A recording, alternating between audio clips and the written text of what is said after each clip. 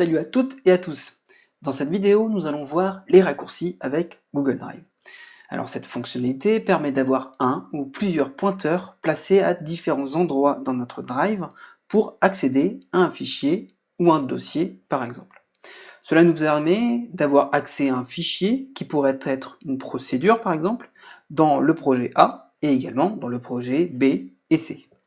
Cependant, il est bien à l'esprit qu'un fichier dossier est dorénavant présent uniquement dans un dossier, ce qui n'était pas le cas auparavant avec Google Drive.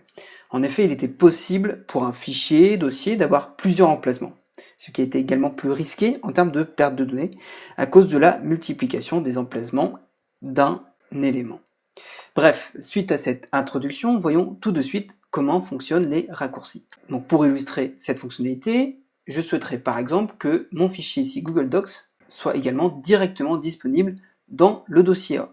Pour créer un raccourci, cela est très simple, je n'ai qu'à faire un clic droit sur mon fichier, ensuite cliquer sur Ajouter un raccourci à Drive et définir l'emplacement de mon raccourci. Donc dans ce cas-là, dans le dossier A, donc je vais me déplacer dans mon Drive, j'ai mon arborescence ici, et ensuite dossier A, et je vais cliquer sur Ajouter un raccourci. Donc ça va me créer le raccourci, voilà. Donc pour vérifier si c'est bon, je vais aller dans le dossier A, voilà, et je retrouve bien mon raccourci. Donc comme vous voyez, la différence avec mon vrai fichier, c'est qu'ici j'ai un petit logo avec la petite flèche. Et pour aller plus loin encore, je vais cliquer sur le bouton Information, et dans les détails, j'ai bien ici le type de fichier, c'est bien un raccourci.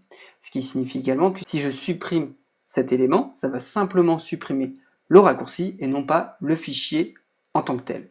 Évidemment, là je l'ai fait une fois, on pourrait créer autant de raccourcis possibles pour accéder à notre fichier de base. Donc voilà pour cette fonctionnalité qui permet d'améliorer l'organisation de son Drive et de gagner notamment du temps et en efficacité. Donc merci d'avoir suivi cette vidéo et n'hésitez pas à vous abonner à la chaîne pour être informé des dernières vidéos. Portez-vous bien et à bientôt.